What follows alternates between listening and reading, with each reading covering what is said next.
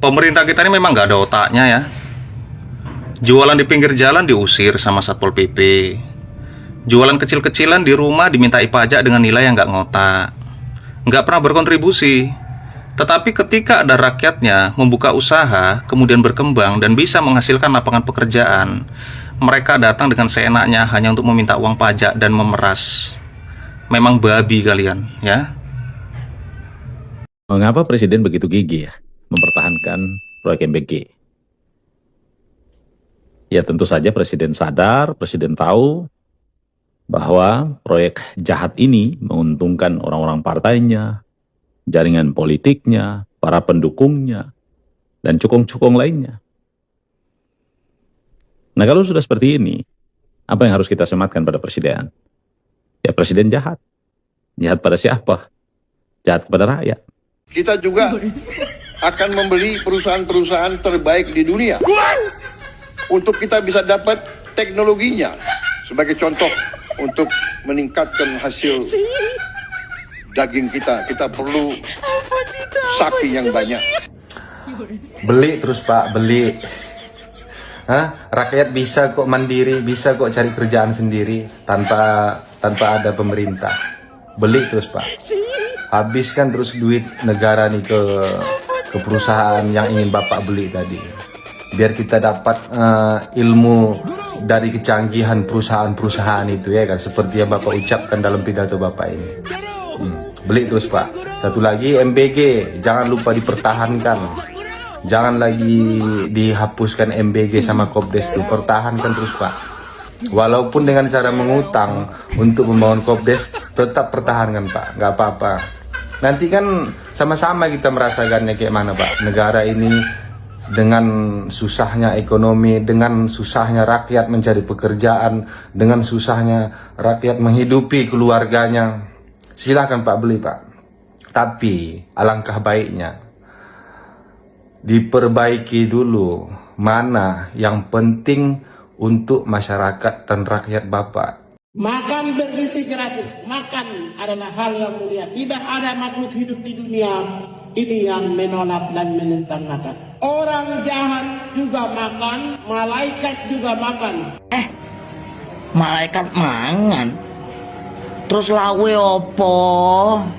Pak Ico ini ngomong.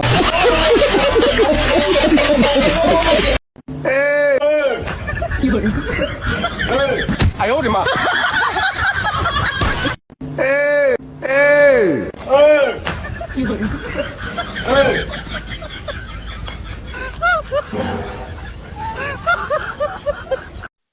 Aku sepertinya harus segera mencari pekerjaan, bro. Ini aku sudah dapat loker dari grup WA para pencari kerja. Tapi syaratnya sangat berat, bro. Maksimal usia 23 tahun. Lulusan S1 ternama dengan minimal IPK 5. Berpengalaman minimal 10 tahun. Tinggi minimal 200 cm. Apalagi itu syaratnya. Siap ditempatkan di seluruh planet. Mampu bekerja 24 jam. Menguasai bahasa semut dan jin. Siap bekerja dalam cuaca ekstrim. Absurd sekali. Gila, itu banyak banget syaratnya. Itu melamar jadi karyawan apa superhero. Itulah realitanya negeri kita. Pekerjaan sangat sulit didapat. Pengangguran tinggi. Dan 19 juta lapangan kerja hanya janji. Saya maju 5 kali pemilihan, 4 kali kalah. Nggak pernah saya suruh anak buah saya bakar-bakar. Demo aja enggak. Saya datang pelantikan rival saya datang, saya hormat, saya kasih selamat. Bersaing itu baik. Bapak Prabowo Subianto, Presiden, harus ditetapkan tersangka. Bapak Prabowo waktu itu Kemhan, Bapak Haji Ketua, ya kan? Harusnya tahu kalau memang ada aset negara diperjualbelikan, karena 2023. Lah, beliau jabat dari 2019, karena saya juga sukses waktu itu. Kalau dipanggil yang Maha Kuasa, aku lihat, tetap saya monitor kalian. Kalau kalian kurang ajar, malam-malam aku turun nyari kau. Jangan main-main kau. Tapi kalau rakyat milih saya tahun 2029, Ada. Roma. Cukup, udah cukup. Satu periode aja ya, jangan nambah-nambah lagi. Buat stres.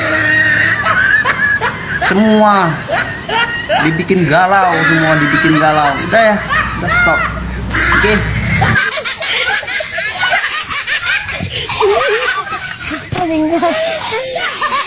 Saudara-saudara sekalian, ada pepatah yang mengatakan, kalau ikan menjadi busuk, busuknya mulai dari kepala. 10 tambah 6 itu kan 17. Salah dari mana? Satunya dari mana? Aduh, bodoh sekali, bodoh. Rakyat harus bebas dari ketakutan, bebas dari kemiskinan, bebas dari kelaparan, bebas dari kebodohan, bebas dari penindasan. Cangkem botol. Cangkem orang sopan.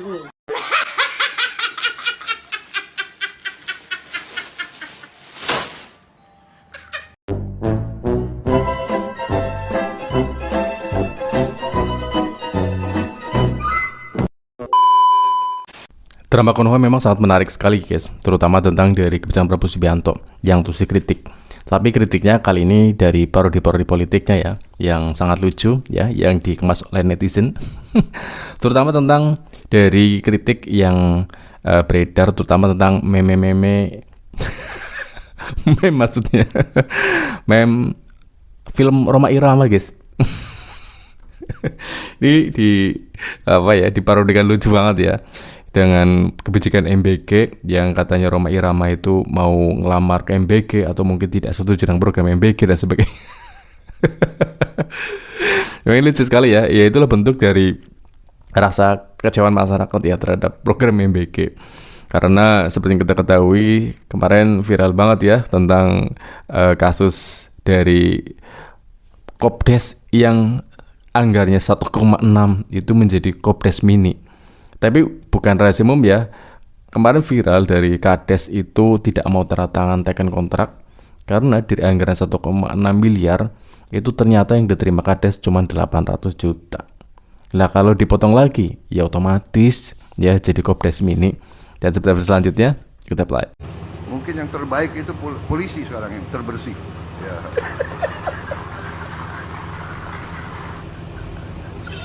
Oh pantes, ketua sama anak buahnya cara berpikirnya sama. Kalau lihat video ini saya Aku berdiri, si rakyat kita tuh mau kasih tangan. Masa kita nggak kasih tangan? Jadi aku coba kasih tangan. Tapi aduh, ini memang rakyat Jawa Timur ya, tangannya tuh keras-keras. Pokoknya Jawa Timur banyak petaninya ya, Bu ya. Hah? Ibu, emak-emaknya juga keras tangannya. Habis 2-3 kali kunjungan, waduh, harus pakai minyak khusus aku. Pakai otak kalau ngomong, jangan dengkul kau mainkan.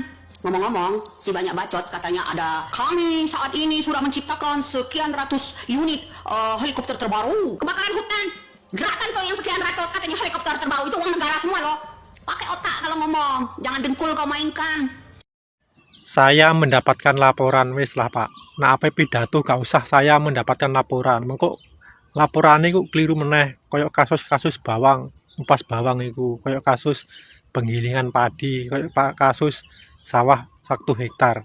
Wis akeh Pak kasus-kasus saya mendapatkan laporan. Keliru kabeh Pak. Gak cocok kalau realitane nggone kehidupannya petani gak cocok.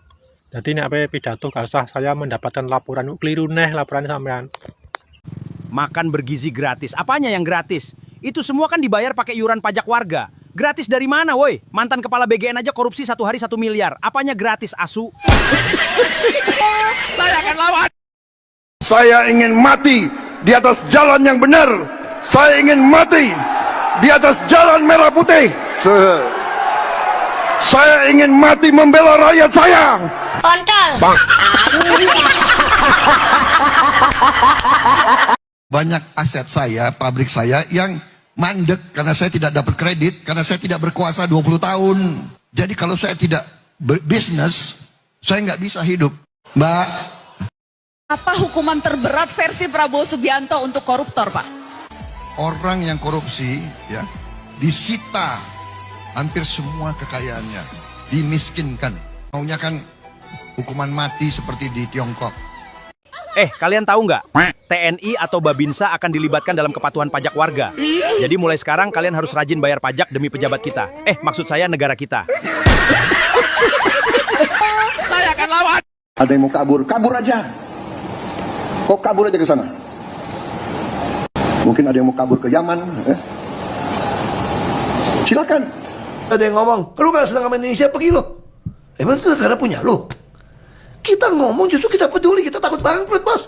Karena lu udah minjem duit buat bayar bunga, itu gua takut gitu loh. Ya. Itu masalahnya. Ya. Masa gua gak boleh ngomong? Ini negara gua punya saham juga, bos. Masa punya saham kita.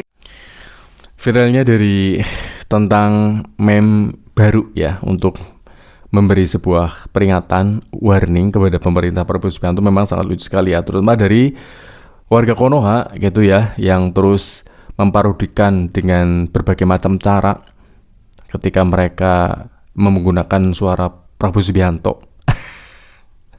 Entah itu diberi suatu kekagetan atau mungkin suara Prabowo ketika di berpidato. Karena memang ketika kita mendengarkan ya bahwa isi Prabowo Subianto itu isinya kok lucu-lucu gitu guys. Ada yang dia itu kalau sudah meninggoy ya dia mengawasi dari langit.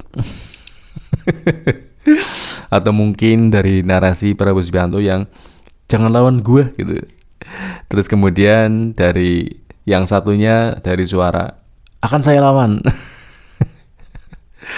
Atau mungkin dari pidato-pidato lucu lainnya seorang Prabowo Subianto. Karena memang dari isinya kayak rasa presiden, rasa stand up komedi ya guys ya. Dan mungkin ini satu-satunya presiden yang menjadi inspirasi gitu ya, bukan hujatan ya, inspirasi bagi masyarakat untuk membuat sebuah kreativitas untuk mengonten gitu ya. Ya paling tidak ada gunanya kan, daripada anti kritik kemudian tidak bisa diparodikan dengan lucu, itu kan kita bingung untuk memberikan peringatan atau mungkin ya paling tidak bahan konten guys. Dan bagi yang tidak suka konten ya mungkin menjadi penikmat agar mereka itu ada hiburan ya, sambil ngopi sambil ngudut gitu ya, ada hiburannya ya, parodi lucu. Jadi karena seorang konten kreator ya amat sangat menikmati dengan konten-konten yang dibuatkan teman-teman ya, saya kemas, saya kumpulkan dalam bentuk parodi politik yang lucu gitu guys ya. Karena dari program MBK yang sering disorot ini memang tidak ada kejelasan itu kemana sih arahnya gitu guys ya. Karena ketika dalam misi 2045 Indonesia cemas, malah semakin cemas, hutang semakin naik ya, APBN terus defisit. Ini kan seharusnya dievaluasi dan kemudian ada suatu kebijakan kritis di dalamnya. Apakah koruptor itu dimiskinkan, ataukah koruptor asetnya itu dibekukan dan sebagainya gitu guys ya. Ini enggak. Dan kenapa dari fatwa MUI itu ya yang kemarin viral dari enggan membayar pajak, apakah mungkin ini hanya sekedar wacana gitu guys ya, bukan hanya dalam arti bukan untuk memprovokasi ya, tetapi kita memang dalam kasus ya kondisi kritis politik, kondisi kritis ekonomi ya, karena kita sudah sangat kesusahan, PHK di mana-mana ya, kesulitan untuk mencari lapangan pekerjaan. Nanti kalau kita mengkritik, kamunya aja yang tidak mempunyai sebuah sebuah syarat persyaratan. Sudah tahu persyaratan di Konoha itu sangat belibet ya, umur, tidak mempunyai pengalaman dan sebagainya. Cukup sekian, assalamualaikum warahmatullahi wabarakatuh. Ciao.